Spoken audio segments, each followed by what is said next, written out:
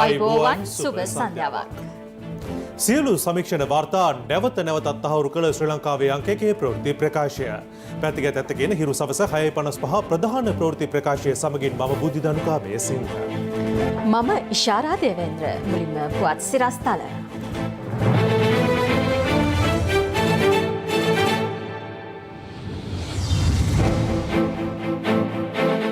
ශීඝ්‍රයෙන් ව්‍යාප්ත වන බ්‍රිතාන්‍ය විකෘති කොරෝනා ප්‍රභේදය මෙරට ප්‍රදේශ 4කින් හමුවෙයි.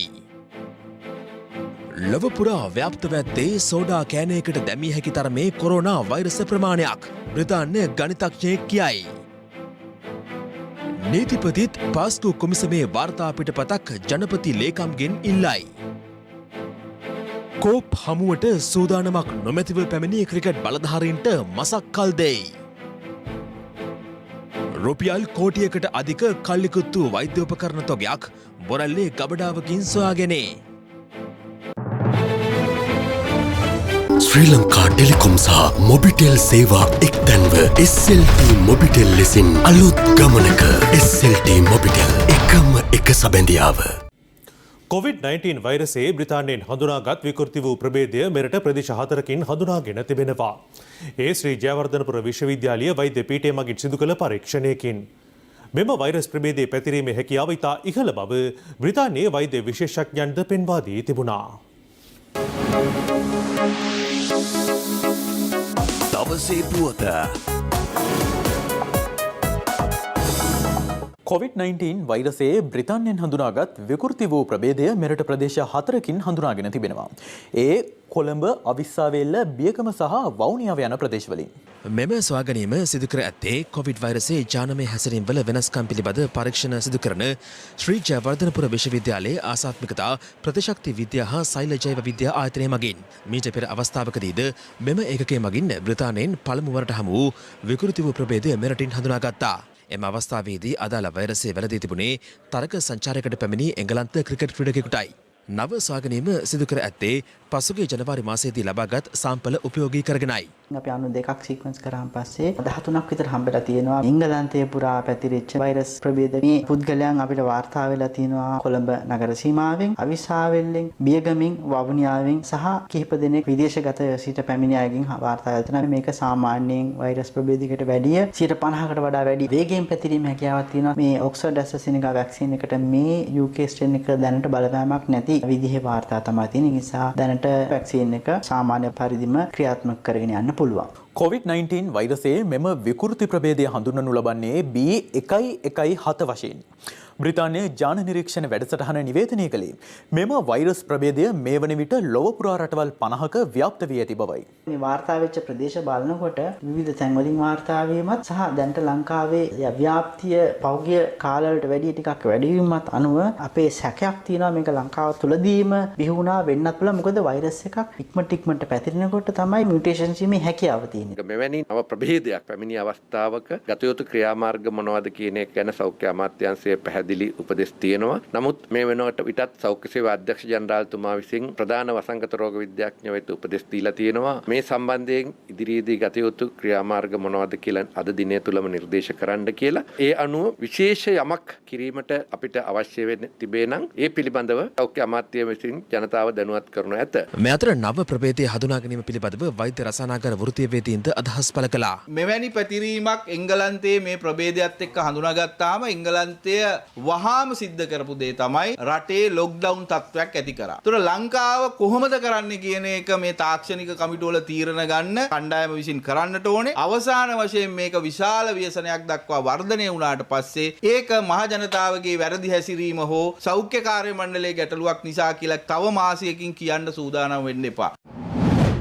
මේ අතර අද දිනේද නව කොවිඩ් ආසාදිතයින් 528 දෙනෙකු හඳුනාගත්තා. ඒ සමග මෙරටින් වාර්තා වන සමස්ත ආසාදිතයින් සංඛ්‍යාව 73644ක් දක්වා ඉහළ ගියා. පුද්ගලයන් 773 දෙනෙකු අද සුවය ලැබුව අතර ඒ අනුව සුව වූ සංඛ්‍යාව සටහන් වන්නේ 66984ක් ලෙසයි. COVID-19 ආසාදිතින් 942 දෙනෙකු ගත වූ දිනය තුලදී හඳුනාගත්තේ දින 3ක් තුල අකණ්ඩව ආසාදිතින් 900 සීමාව ඉක්මවා වාර්තා කරමින් ගත වූ දිනේදී බස්නාහිර පළාතෙන් වාර්තා වූ ආසාදිතින් සංඛ්‍යාව 534ක්. මේ අතර මාතර නාවෙමන උතුර ප්‍රදේශයේ විවාහ මංගල උත්සවයකට සහභාගී වූ තවත් පුද්ගලයන් 21 දෙනෙකුට COVID-19 ආසාදනය වී තිබෙනවා. මීට පෙරද එම විවාහ මංගල උත්සවයට සහභාගී වූ පුද්ගලයන් 34 දෙනෙකුට වෛරසය ආසාදනය වී තිබූ බව හඳුනාගෙන වුණා. ආසාදිතයින් 27 දෙනෙක් හඳුනාගත් අලව්ව නගරයේ වෙළඳසැල් අද සිට දින 3ක් වසා තැබීමට නගරයේ වෙළඳ සංගමය තීරණය කර තිබෙනවා. මහනුවර මහයාව MT හා MC ප්‍රදේශවලට දින 65ක් පුරා පනවා තිබූ සංචරණ සීමාවන් අද පෙරවරුවේ ඉවත් කෙරුණා.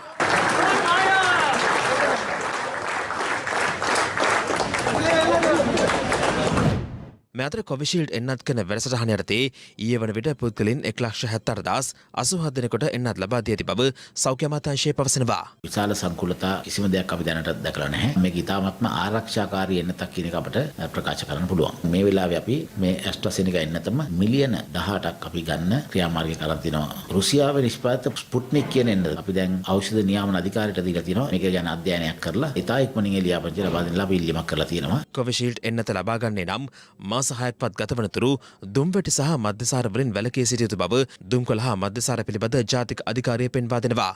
එන්නත් කරණින් සෛල නිෂ්පාදනය සහ ප්‍රතිශක්තිකරණය දක්වන විදිහ බොහෝම දුර්වලයි දුම් බොන කෙනෙකුගේ සහ මද්‍යසාර බොන කෙනෙකුගේ. ඒ නිසා තමයි කියන්නේ එන්නත ලබා ගත්තට පස්සේ මාස ගණනක් මේ දුම්වැටි මද්‍යසාර වලින් තොර වෙලා ඉන්න කියලා. මේක රත්තරන් අවස්ථාවක් දුම් බොන කෙනෙකුට ඒක නවත්තන්න. මේ අතර අංගොඩ ජාතික බෝවන රෝග විද්‍යායතනයේ දැඩි සත්කාර ඒකකයේ ප්‍රතිකාර ලැබූ සෞඛ්‍ය අමාත්‍ය පවිත්‍රා වන්‍යරාජ මහත්මිය සාමාන්‍ය වාටුවක් වෙත යොමු කර තිබෙනවා. COVID-19 වෛරසය චීනයට පෙර ප්‍රංශයේ ව්‍යාප්තව පැවති බවට නවතම අධ්‍යයනයකින් තහවුරු වේ තිබෙනවා. ගෙවුණු දිනේදී නව ආසාදිතයන් 4,37,000ක් ගෝලීයව හඳුනාගත් අතර නව පුද්ගල මරණ 13,000ක්ද වාර්තා වුණා.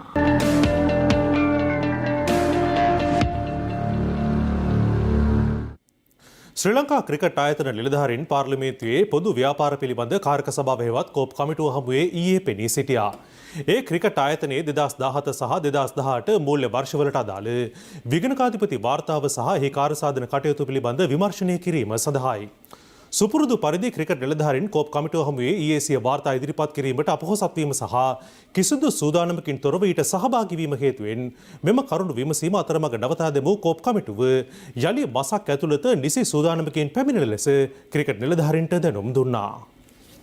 චන්දික හතුරුසිංහගේ කොන්තරාත්තුව කොපමණ කාලයකටද දීලා තිබුණේ? අවුරුදු 3කට. එතකොට ඒ කොන්තරාත්තුව නැවැත්තුවේ අවුරුදු කීයකින් පසුවද? අවුරුදු 1කමාරක්. ඒක හරියට ඔබතුමාලා ගාව විස්තර ටික දෙන්න කවුරුද දන්න කෙනෙක් ඉන්නවද? මේක සෙල්ලමක් නෙමෙයි. පාර්ලිමේන්තුවත් එක්ක ගනුදෙනු කරනකොට කරුණා කරලා හරියට කියන්න. මොකද මේ ආයතනය රටක් විදියට එච්චර හොඳ තැනක නෙමෙයි තියෙන්නේ. ඒකේ හේතුව මේක තමයි පේන විදිය. එතුමා දැන් ඔබට විරුද්ධව යම් නඩුවක් පවරලා තියෙනවද? ඔව්. එයාට මෙච්චර ගාණක් වන්දි ඉල්ලලා කියලා දැන් නඩුවක් දාලා තියෙනවා. ඒ ගාණ කීයද? මිලියන් ඩොලර් 5ක් ඉල්ලලා දාලා තියෙනවා අපේ. එයාට දෙන්න තිබුණු ගාණ කීයද? අවුරුදු 3ටම නෑ නෑ අස් කරන වෙලාවේ එතුමාගේ පඩිය හෝ යම් වැටුපක් දීලා නේද? ඒකට එයා කැමතුනේ. එයා අවුරුදු 3 මේවා තමයි ඉල්ලුවේ ඉස්සල්ලා.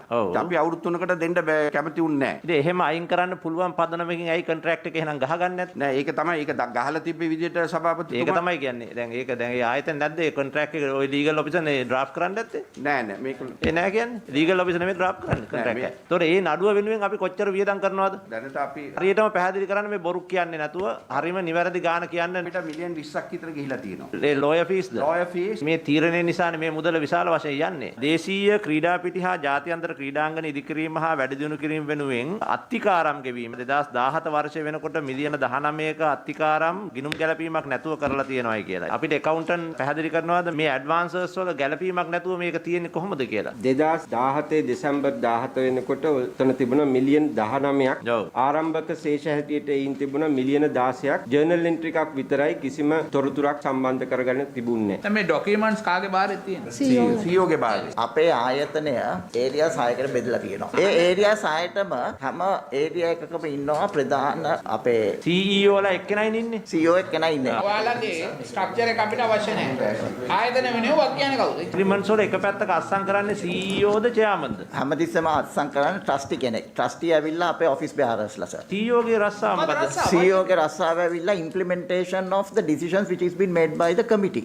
දැන් මේකේ දැන් CEO ගේ වගකීම කිසිම මේවට මේ ඩිසිෂන් වලට ඇග්‍රීමන්ට්ස් වලට වගකීමක් නැහැ. ඉම්ප්ලිමන්ටේෂන් නම් තියෙන්නේ. මේක ඉම්ප්ලිමන්ට් කරන්න ඩොකියුමන්ට් එකක් ඕනනේ ඔයාට. ඉතින් ඩොකියුමන්ට් එක ගන්න නැතුව කොහොමද ඉම්ප්ලිමන්ට් කරේ? ඔය ඩොකියුමන්ට්ස් තියෙනවා සර්. ඔය ඩොකියුමන්ට්ස් කියන දේ නැහැ කියලා අනේ. මෙතන ඉෂුව එක තියෙන්නේ මේ මිලියන 240 දැන් කෝ කියන එක දැන් කියලා වැඩක් නැහැ. The point that I tried to make was that it should have been communicated prior. මම දන්නේ දේකන්තුමා මේ ඉන්ටර්නල් කට්ටිය ගෙනල්ලා බලන්න CEO ගේ මොකද්ද රෙස්පොන්සිබිලිටි එක. දැන් මේ චෙයාමන් ගේ රෙස්පොන්සිබිලිටි. දැන් මේ කියන විදියට මේ ඉම්ප්ලිමන්ට් කරන්න තමයි මම ඉන්නේ කියලා කිව්වට ඉම්ප්ලිමන්ට් කරන්න ඩොකියුමන්ට් එකක් නැහැ කියලා අනිත් තැනින් කියනවා. ඔඩිට් ඉන්ෆර්මේෂන් නම්බර් එක කිව්වොත් දැන් ඊට වඩා වැදගත් කාර්යය දැන් මේ ඔය මෙතන ඔඩිට් කරේ නම්බර්ස් අහන්න දෙන්න එපා. ඔයාලට ඔක්කොම එවලා තියෙන්නේ. මං හිතන්නේ මේක දිගින් දිගට ගියාම අපේ ලේ පිච්චෙන එකයි වෙන්නේ. මෙයාට මාසයකට කල් දෙමු. සියලු දෙනාම සූදානම් වෙලා ඔඩිට් ජෙනරල්ත් මේක බලලා මාසෙකින් නැවත ගැඳුමු අපි. ශ්‍රී ලංකන් ක්‍රිකට් කියන බ්‍රෑන්ඩ් එක මිසක මේ නිලධාරි මහත්තුරුන්ගේ පෞද්ගලික වත්කමක් නෙමෙයි මේ මාකට් වෙන්නේ. මේක ශ්‍රී ලංකන් ක්‍රිකට් කියන්නේ රාජ්‍ය සතු ආයතනයක්. ඒ ආයතනයේ රජයේ ඍජුව පාලනය කරන්නේ ඒකට වෙනම මැකනිසම් එකක් හදලා තියෙනවා. මේ මැකනිසම් එකේ තියෙන්නේ රාජ්‍ය යාන්ත්‍රණයට සම්බන්ධ නමුත් වෙනමම ක්‍රිකට් ක්ලබ්ස් වල නියෝජිතයන්ගේ ඡන්දෙන්පත් වෙන කණ්ඩායමක් විසින් මේක පාලනය කරනවා. ඒ කණ්ඩායම කැමැති පරිදි මේකේ තියෙන මුදල් වියදම් කරලා බහැලා යන්න පුළුවන් එකක් නෙමෙයි. දැන් ඕකෙන් වෙලා තියෙන්නේ ඒකයි. සුළු පක්ෂවලට තනිව ඉදිරි ගමනක් නොමැති බව අමාත්‍ය ප්‍රසන්න රණතුංග මහතා පවසනවා. ඔහු මෙම අදහස් පළ කළේ අමාත්‍ය විමල් වීරවංශ මහතාගේ ප්‍රධානත්වයෙන් කොළඹ පැවති වැඩසටහනකට එක්වීමෙන් පසු මාධ්‍ය වෙත අදහස් දක්වමින්. දේශීය නිෂ්පාදන ප්‍රවර්ධනය කිරීමේ අරමුණින් මේඩ් ඉන් ශ්‍රී ලංකා සන්නාමය යටතේ ක්‍රියාත්මක ප්‍රදර්ශනයක් සහ සම්මන්ත්‍රණ මාලාවක් බණ්ඩාරනායක අනුස්මරණ සම්මන්ත්‍රණ ශාලා පරිශ්‍රයේදී අද ආරම්භ වුණා.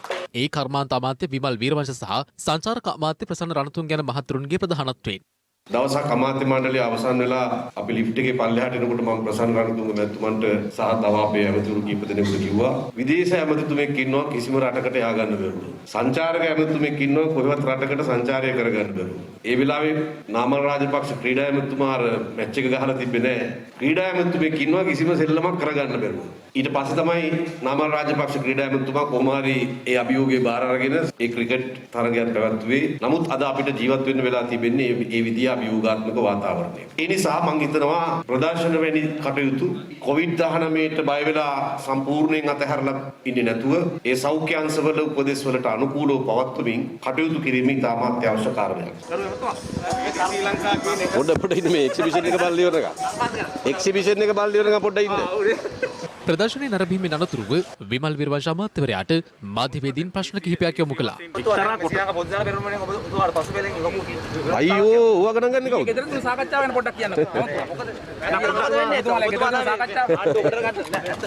මට යන්න දෙන්න ඉතින්. මගේ කකුලේ කවුරුත් අදිනවා. ලොකු අවුලක් තියෙද?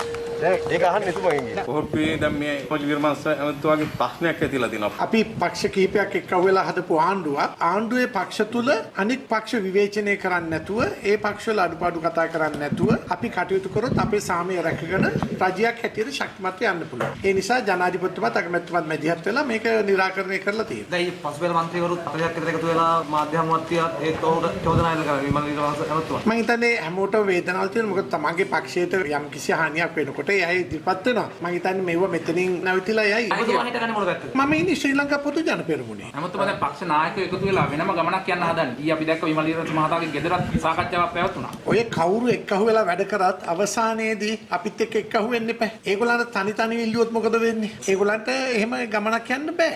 ඇමතුමා මෛත්‍රීපාල සිරිසේන මහතා විවේචනය කර ආකාරයමද මේ යන්න හදන්නේ. ඒ විවේචනය කරපු සාධාරණයිනේ මේ උළු රටම විවේචනය කරන්නේ මම විතරක් නෙමෙයි. කාටවත් මහින්ද රාජපක්ෂ මැතිතුමා කියන ඒ අසාව නායකයා විවේචනය කරලා ඉදිරියට යන්න බෑ. ඒ වගේම මේ රටේ 69 ලක්ෂයක් විශ්වාසය තබපු ගෝඨාභය රාජපක්ෂ මැතිතුමා විවේචනය කරලා ඉදිරියට යන්නත් බෑ. ආණ්ඩුවක් ගෙනියනකොට ප්‍රශ්න තියෙනවා. ආණ්ඩුවක් එක්ක වැඩ කරද්දී ගැටලු තියෙනවා. ඒවා විසඳ ගන්න ඕනේ සාකච්ඡා මාර්ගයෙන්. ආණ්ඩුව හදන්න සුළු පක්ෂවල ගණන් ගන්න නැහැ කියලා කියනවා. දැන් රතු එළියක් දැල්වලා තියෙනවනේ. රතු නෙමෙයි ඔය මොන එළිය දැල්ලුවත් 2015 පස්සේ මේ පොහොට්ටුව හදන්න කටයුතු කරේ කවුද කියන එක අපි හඳුනා ගන්න ඕනේ. මේකම නේද යහපාලන ආණ්ඩුවෙත් මේ ආරම්භයේදී යහපාලන එකාට ගන්න නැතුව හිටියනේ. අපිට එහෙම ගන්න අද ඔය විමල් වීරවංශ මහත්තයත් එක්ක මම හොඳට වැඩ කරන්නේ. ඒවුවා මේ එළියේදී එහෙම තමයි.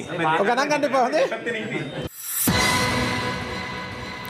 COVID-19 ආසාදිතව මේ යන පුද්ගලයන්ගේ මලසිරුරු භූමදානය සම්බන්ධයෙන් පක්ෂ විපක්ෂ දේශපාලකයන් මෙන්ම සිවිල් සංවිධානද අද අදහස් දැක්වුවා.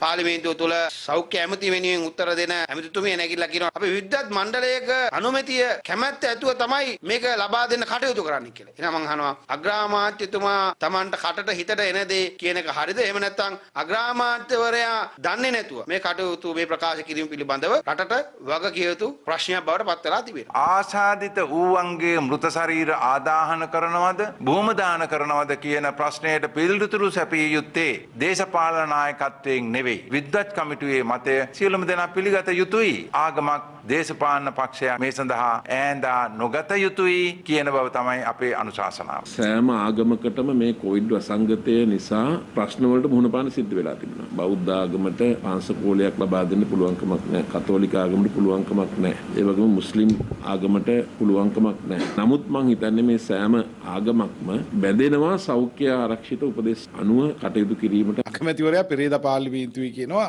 කොවිඩ් නිසා තිවන මරණ භූම දාන කරන්න දෙනවා කියලා. ඊයේ ෆර්නෑන්ඩෝ පොල් ඇමතුමිය කියනවා නෑ අපි විශේෂඥන්ගේ තීරණය අනුව කමිටුව අනුව තමයි අපි මේක දෙන්නේ. තව මන්ත්‍රීවරයෙක් කියනවා නෑ අගමැතිතුමා කිව්වේ මේ කොවිඩ් 19 මරණ නෙවෙයි අනිත් මරණ වල දාන්න පුළුවන් කියලා. ඒක වල දාන්න අගමැතිතුමාගෙන් අහන්න ඕනේ. අද පාර්ලිමේන්තුවේත් මේගොල්ලෝ විහිළුකාරයෝ බවට පත් වෙලා. භූමි දාන කරනවා කිව්වා. හැබැයි කොවිඩ් නෙමෙයි.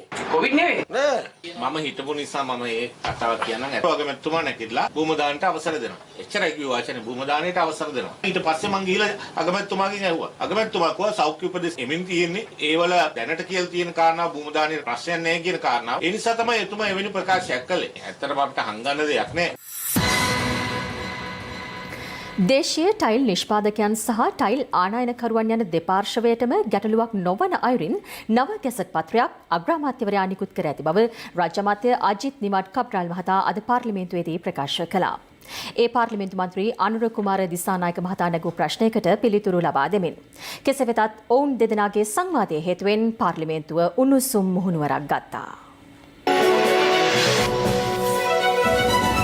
දිගින් දිගටම මේ මන්ත්‍රීගේ ප්‍රශ්න කප්පාදුව දැක්කා කතාන. මේ ප්‍රශ්න ඉදිරිපත් කිරීමේදී එයට මුණ දීමට හැකියාවක් නැති බව තමයි අපට තේරෙන්නේ. ඔබතුමාලා සියලු දෙනාම මේ ප්‍රශ්නවලදී નિયમિત පරිදි සහයෝගය දක්වනවා නම් ප්‍රශ්න 10ක් නෙමෙයි 15ක් නෙමෙයි 20ක් වුණත් ගත්ත හැකි. හැබැයි කෙටි ප්‍රශ්න අහන්න වෙලාව විනාඩි 30ක් ගියා. ඒ විනාඩි 30 යන්න හේතුව උත්තර දුන්නේ මේ රාජ්‍ය ඇමතුමා උත්තර දෙද්දී ආපහු වරාය ඇමතුමා නැගලා වෙනම දේශනාවක් කරන ගතිය. වරාය ඇමතුමාට අදාළ නැහැ. ඔබතුමාලත් ඔය දේශන නවත්තනවා නම් හුඟක් වෙලාවට ප්‍රශ්නවලදී මේ ප්‍රශ්නේ විසඳ ගන්න පුළුවන්. මේ ආණ්ඩුව මේ ප්‍රශ්නවලට පැන යන ආණ්ඩුවක් නෙමෙයි ගරු කතානායකතුමා. දෙපැත්තම වග කියන්න ඕනේ. මම නම් කියන්නේ. ඉතින් දැන් මේ පවුල්වල ඇවිල්ලා ඉන්නවා. මේකට මරාගන්නේ නැතුව පක්ෂ නායක රැස්වීමේදී අපි මේ කතා කරලා තීන්දුව ටිකට ගමු. පක්ෂ නායක රැස්වීමට අපි ආවට අපි කියන හැම දෙයක් මෙතන ඉෂ්ට වෙන්නේ නැහනේ. දේශපාලන පළගෙනීම් වාර්තාවයි පාස්කු ප්‍රහාරයේ වාර්තාවයි අපි ඉදිරිපත් කරන්න කිව්වා තාම ඉදිරිපත් කළා නැහැ. දැන් පුවත්පත්වල සඳහන් වී තිබෙනවා ඒ වාර්තාවේ මාගේ නමද සඳහන් වී තිබෙන බව. කැබිනට් මණ්ඩලයේ තීරණයක් අරන් තිබෙනවා විශේෂ ජනාධිපති කමිෂන් සභාව පිටවන්නත් ඒ නඩු ඉල්ලාස් කරගන්න. අද දිනේත් මේ වාර්තාව පාර්ලිමේන්තුවේ ඉදිරිපත් කළා නැහැ. අපි පොරොන්දු වුණ පාටදී ඔබතුමාට ඊයේත් මම වෙනමත් දැනුම් දුන්නා අපි ඒක ඉදිරිපත් කරනවා. කරදර කරන්න එපා මන්ත්‍රීතුමා. ගමේ ගියාම අපි දෙන්න හම්බෙලා කතා කරමු. මේ සභාවේදී මේ සභාවේදී කරදර කරන්න එපා. සන්තෝෂයි ඔබතුමාලා අද අපනයන කරුවන් වෙනුවෙන් කටයුතු කිරීම ගැන. මොකද ඔබතුමාට පෙර හිටපු ජනතා විමුක්ති පෙරමුණ නායකයන් ආනයනය කරපු සභාපතිවරුන්ට මරණය දක්වා දඬුවම් දුන්න බව අපේ පක්ෂ ඉතිහාසය පිළිබඳ ප්‍රශ්නයක් නම් අහලා තිබෙන්නේ. ඒ ප්‍රශ්නෙට අපි වෙනම සංවාදයක් කරමු. හරි. ඒතර කාගේ ඉතිහාසය උස්සගන්න පුළුවන්. ඔබතුමාලා ඔය වගේ දේවල් කියද්දී මම බොහොම උපේක්ෂාවෙන් අහගෙන ඉඳලා තියෙනවා. ඉතින් ඒ නිසා පොඩක් ඉගෙන ගන්න ඉවසීමෙන් අහගෙන ඉන්න. ඔබතුමා ඔහොම ඇසිරෙන්න එපා. බලාගෙන ඉන්න ඔබතුමාගේ මුලසුනේ කාර්යභාරය ගැන. අඩුම තරම ඔබතුමා ඒක නතර කරන්න ඕන. ඔබතුමා ආණ්ඩු පක්ෂයේ සංවිධායකයෙක් නෙවෙයි. මම කැමති ඉතිහාසය ගැන අහනවා නම් ගරු කතානායකතුමනි. නංගිලා පර්පචුවල් එකට දාපු හැටි, බැඳුම් කරවලින් ගහපු හැටි, ග්‍රීසිය සල්ලි තැන්පත් කරපු හැටි මම මේක විවාදයට ලෑස්ති නෑ. ඕක ඔතනින් නතර කරමු. එමෙතුමා වෙන පැටලෙන්නේ නැතුව කතා කරගෙන යන්න. හැසිරෙන විදිහ හරි කැතයි. ඒ කාලේ හැසිරෙච්ච විදිහට නෙමෙයි දැන් හැසිරෙන්න ඕනේ. මෙතුමා රාජ්‍ය ඇමතිවරයෙක් විදියට මේ සභාව ඔබතුමාට කරගෙන ඉන්න දෙන්නේ නැහැ. මේ මඩ ගන්න හදන්නේ. ඔබතුමාලා තේරුම් ගන්න. මේ අය හැමදාම ඕව කරලා තිනවා. දැන් මීට මොහොතකට කලින් මේ සභාවේ කාලය ගැන කතා කරා. පොඩකින් මේ බලන්න. මේ බලන්නකො 1986 ශ්‍රී ලංකාවේ වර්ධන වේගය තිබුණේ 4.3ක් හැටියට. 87 88 89 මේ දැවැන්ත භීෂණයක් ඇති කරපු නිසා ඒ කාලේ මේ ජනතා විමුක්ති පෙරමුණේ දැන් ඉන්න නායකයාගේ සහෝදර නායකයන් 1.5ට අඩු වුණා. ඊට පස්සේ හොඳ වෙලාවට රණසිංහ ප්‍රේමදාස ජනාධිපතිතුමා හරහා ඒ භීෂණය මර්ධනය කරපු නිසා ස්තුතිවන්ත වෙන්නට ඕනේ ගැන. නැවත වරක් වර්ධන වේගය 6.2කට නැග්ගා. අතේ ලේ තියෙනවා. මගේ සහෝදරයන් ගතේ ලේ නැහැ කියලා මම මතක් කරලා දෙන්නට ඕනේ. අයියෝ කලබල වෙන්න එපා ඔබතුමා. වාඩි අහගන්නකෝ. ඔබතුමා ඔය මුලසුනේ ඉඳගෙන මේ සභාව නිසි පරිදි මෙහෙවන්න. සභාවේ මන්ත්‍රීවරුන්ගේ කතාවල තියෙන අන්තර්ගතය ගැන මට මැදිහත් වෙන්න පුළුවන් කමක් නැහැ. 2021 පෙබරවාරි 2 වෙනිදා ටයිල්ස් අනෙකුත් සෙරමික් නිෂ්පාදන ආනයනයට නැවත ඉඩ ලබා දෙන ගැසට් පත්‍රයක් නිකුත් කර ලැබුවාද? ඔව්. එම නියෝගය අත්හිටුවන ලෙසට ආනයන අපනයන පාලකයා වෙත රේගුවට අනුදීමක් කරනු ලැබී තිබේද? නැත අතිවිශේෂ ගැසට් පත්‍රයේ රෙගුලාසි අංක 3 සහ 4 ක්‍රියාත්මක නොකරන ලෙස දන්වන ලදී. අපි නැවත වරක් ඊයේ තවත් ගැසට් නිවේදනයක් නිකුත් කරලා තියෙනවා අගමැතිතුමා යම් ලිහිල් කිරීමක් කරලා දෙපැත්තටම සමතුලිත වෙන විදිහට. ප්‍රේමලාල් ජයසේකර මැතිතුමාට මේ සභාවට එන්නට ඔබතුමා අවසරය දුන්නා සේම. රංජන් රාමනායක මැතිතුමාට මේ පාර්ලිමේන්තුවට පැමිණීමේ අවස්ථාව ලබා දිය යුතුමයි. හොඳයි ඔබතුමා විපක්ෂ නායක හැටියට සටන් කරන එක ගැන. හරි හැබැයි ඔබතුමා පැහැදිලිව ප්‍රකාශයක් කරුවේ නෑ අදටත් පාර්ලිමේන්තුවේ එතුමා දඬුවම් ලබලත් අධිකරණයට අපහාස කරලා ගියේ. ඔබතුමා දෙපාරක් කල්පනා කරලා බලන්න මේ වගේ පුද්ගලයෙක් ඔබතුමාගේ පක්ෂයේ ඉන්නේ කියන එක. තිත්ත කුණුහරුවෙන් පාර්ලිමේන්තුව ඇතුලේ එළියේ කතා කරන විනිශ්චයකාරවරුන්ට නිନ୍ଦා අපහාස කරන පුද්ගලෙක් දැන් ඔබතුමා පෙනී හිටින්නේ. ඔබතුමා ලැජ්ජ වෙන්න ඕනේ. එතුමා පාවිච්චි කරේ ඔබතුමාලා. එතුමාව එළියේ ඉද්දිත් පාවිච්චි කරුවා. අද හිරේ ඉද්දිත් එතුමා පාවිච්චි කරනවා. රථවාහන ඇතුළු භාණ්ඩ කිහිපයක් මත පනවා ඇති ආනයන සීමා තවදුරටත් පවත්වාගෙන යා යුතු ඇතැයි මහබැංකුව අධිපති මහාචාර්ය WT ලක්ෂ්මන් මහතා පවසනවා. ඔහු මේ බව සඳහන් කළේ මහබැංකුවේ අද කැඳවා තිබූ ප්‍රවෘත්ති සාකච්ඡාවකට එක් වෙමින්. මේනකොට රථවාහන ගෙන්වීම සම්බන්ධයෙන් යම්කිසි සීමා පනවලා තියෙනවා. මහා බැංකුව විදිහට ඉදිරියේදී මේ සම්බන්ධයෙන් යම්කිසි ලිහිල් භාවයක් දෙන්න සූදානම්ද? ලිහිල් භාවයක් දීමට හැකියාව ලැබෙන පරිදි තවමත් යොම්ශේෂ්‍ය තත්ත්වය වැඩ ගැහිලා නැහැ කියන එකයි මගේ නම් අදහස. ආනයන පිළිබඳව සීමාකම් ඉටි ගමන් අත්හැරලා දැම්මොත් අපි නැවත යනවා අර පරණ හිටපු තත්ත්වයට. අවශ්‍ය තරම් කල් මේක රඳවා ගන්නට සිද්ධ වෙයි. ලීසින් වාර්ග සම්බන්ධයෙන් මේ ඇතිලා තියෙන ගැටලුව අපි දැක්ක බස් රථ හිමියන්ගේ යම්කිසි ගැටලුවක් ඉදිරිපත් වෙලා තියෙනවා. මේ සම්බන්ධයෙන් යම්කිසි විසඳුමක් දෙන්න සූදානම් වෙලා තියෙනවද? ඒකට කරන්න පුළුවන් උපරිම සහනයක් දෙන විදිහක් අපි සාකච්ඡා කරගෙන යනවා. රංජන් රාමනායකගේ ක්‍රියාකලාපය තුළින් පාර්ලිමේන්තුවේ සහ අධිකරණ පද්ධතියේ ගෞරවයට බරපතල හානියක් සිදු වූ බව රාජ්‍ය අමාත්‍ය ඉන්දිකානුරුද්ධ මහතා පවසනවා. හිරු ටීවී බලය වැඩසටහනට එක්වමින් ඔහු පැවසුවේ දේශපාලන පරිගැනීම් පිළිබඳ විමර්ශනය කළ කොමිෂන් සභා වාර්තාවේ සඳහන් නිර්දේශ අනිවාර්යෙන්ම ක්‍රියාත්මක කළ යුතු බවයි.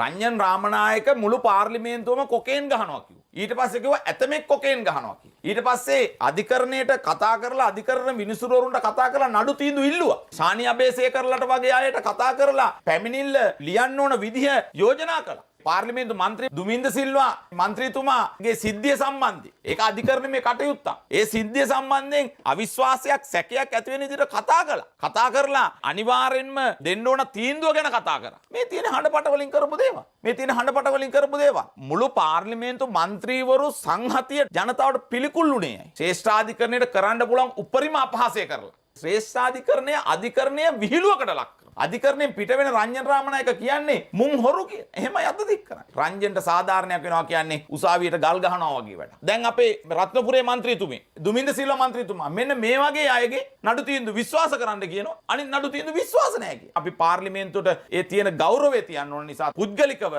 අපි විරුද්ධයි. ඒ වගේ අය පාර්ලිමේන්තුවට දැන් මේ සියල්ල දේශපාලන පරිගැනීම් පිළිබඳව සොයා බලන ජනාධිපති කොමිසමෙන් දැන් අනාවරණය වෙලා තිබෙනවා. දැන් මේ කොමිසමේ ඉදිරි ක්‍රියාමාර්ග නතර වෙලා තිබෙනවා. දැන් ඒකේ සාධාරණයක් ඉෂ්ට වෙන්නේ කවදද? දේශපාලන වේදිකාවල කතා බහට ලක් වෙන මේ පිළිබඳව. දූෂණ විරෝධී ඒ පිහිටවගත්තු කමිටුවත් ඔය හදාගත්තු ඒවත් ඔය සියලු දේවල් අනිවාර්යෙන්ම මේවා පරීක්ෂණවලට ගෙනල්ලා සාධාරණයක් කළ යුතුයි. මේවා වෙනුවෙන් වැඩපිළිවෙලක් ආරම්භ කළ යුතුයි. FCID හදාගත්තේ කොහොමද? එහෙම FCID හදාගන්න බෑ. ඒගොල්ලන්ට ඕන නඩු දාන්න, ඒගොල්ලන්ට ඕන අයව ගෙන්නන්න කීයද වියදම? ලක්ෂ 350 400ක් වියදම් කරලා තියෙනවා. පක්ෂ ඔක්කොම එකතු වෙලා තියෙනවා. ඒ වෙලාවේ විපක්ෂයක් කියලා දෙයක් හිටියේ නෑ. කතා කරන්න විපක්ෂය අරගත්තා. වැඩ කරද්දී ඔක්කොම එකතු වෙලා මේක මංකොල්ල කෑව. රංජන රාමනායක පාර්ලිමේන්තුවට ගිහිල්ලා රංජන රාමනායක කාටද රස්සාවක් දුන්නේ? රංජන රාමනායක කොහෙද කාපට් පාරවල් හැදුවේ? රංජන රාමනායක කරේ අනුන්ගේ ටේප් කර නඩුකාරන්ට කතා කර දුමින්ද සිල්වා කොහොමද හිරේ යවන්නේ? එළිය තියන්න බෑ. අරයා හිරේ යවන්නේ කොහොමද? මෙයා හිරේ යන්නේ කොහොමද? පහත් වැඩ කරේ. එහෙම දේශපාලනයක් අපි කළා නෑ.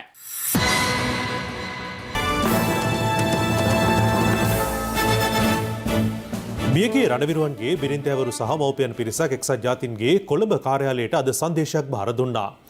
ඒ රණවිරුවන්ට එරෙහිව එල්ලවන චෝදනාවලට එරෙහිවයි. මියගිය රණවිරු බිරින්දෑවරුන්ගේ හා මව්පියන්ගේ සංගමයේ සමාජිකයන් පිරිසක් සමග මහජන යුදකම් කේන්ද්‍රයේ නියෝජිතයින් පිරිසක් එක්සත් ජාතීන්ගේ මෙරට කාර්යාලය ඉදිරිපිට රැස් වූයේ අද පෙරවරු වෙයි. එක්සත් ජාතීන්ගේ සංවිධානයේ මානව හිමිකම් කොමසාරිස් මිෂෙල් බැෂලේ මහත්මිය විසින් මෙරට රණවිරුවන් සම්බන්ධයෙන් සිදු කරන බව පැවසෙන කටයුතු වලට විරෝධය පළ කරමින් සංදේශයක් බාර දීම එහි අරමුණ වී තිබුණා. මේ රටේ විපක්ෂයේ දේශපාලකයෝ සහ සුළු ජාතික දේශපාලන පක්ෂවල නියෝජිතයෝ තමයි එක්සත් ජාතීන්ගේ සංවිධානය අවුස්සමින් ඒ සංවිධානයට බොරු බේගල් කේලම් කියමින් රට නැවත අගාධයකට පත් කරන්න හදන.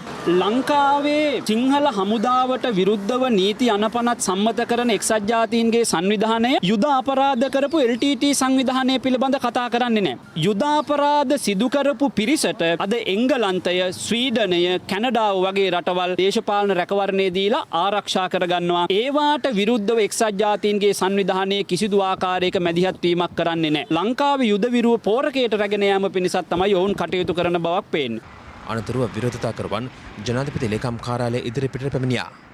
එතනට යන්න බෑ. ඇයි බැරි? එතනට යන්න දෙන්නේ නැහැ කතා කරන්න එපා. එහෙම කරන්නකෝ. ඔබතුමා සැරෙන් කතා කරා කියලා අපි බය වෙන්නේ. එහෙම නෙමෙයි. එහෙමනේ. කරුණාකර යන්න බෑ. මීටරේ දුරින් ඉන්න යන්න බෑ. එතනින් එහාට යන්න බෑ. අපිට ලියුමක් තියෙනවා ජනාධිපති. ඒක අපි බාර දෙන්න. ඒක බාර දෙන්න. එන්න කවුරු හරි. හරි එන මෙතෙන්ට එක්කන් එන්න. මෙතෙන්ට එක්කන් එන්න මොකද? මෙතෙන්ට. කවුද මේ? කවුද මේ කියන්නේ? කවුද ඔයා? ඔයා යන්න පැත්තකට. එහෙම බෑ. යන්නේ කොහොමද එහෙම? කවුද මේ? හරි පොඩ්ඩක්. කතා කරන්න ඉස්සෙල්ලා ඉගෙන ගන්න.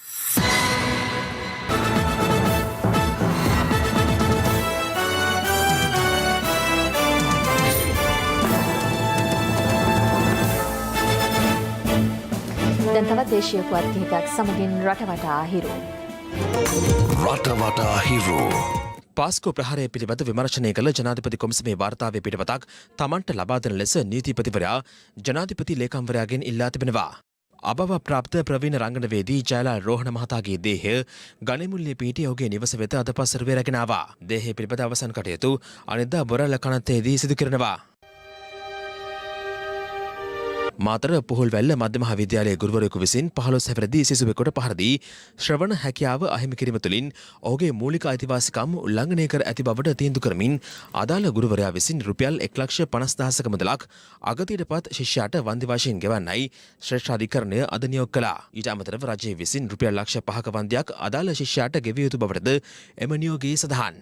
ගාල්ල මාපලගම නරාවල ප්‍රදේශයේදී යතුරුපැති දෙකක් මුහුණට මුහුණ ගැටි අනතුරට පත්වන ආකාරය CCTV කැමරාවක මෙලෙස සටහන් තිබුණා. පොළොන්නරුව වැලිකන්ද ප්‍රදේශයේ සෝමාවතිය සහ ත්‍රිකෝණමඩුව රක්ෂිතයේ අක්කර 4500කට අධික භූමි ප්‍රමාණයක් වගා කිරීම සඳහා මහ පරිමාණ සමාගම් වලට සහ ව්‍යාපාරිකයන්ට ලබා දීමේ සූදානම් පිළිබඳ සොයා බැලීමට ජනතා විමුක්ති පෙරමුණේ මධ්‍යම කාරක සභාවේ සමාජික සමන්ත විද්‍යාරත්න මහතා ඇතුළු පිරිසක් එම ප්‍රදේශයේ විශේෂ නිරීක්ෂණ චාරිකාවක නිරත වුණා.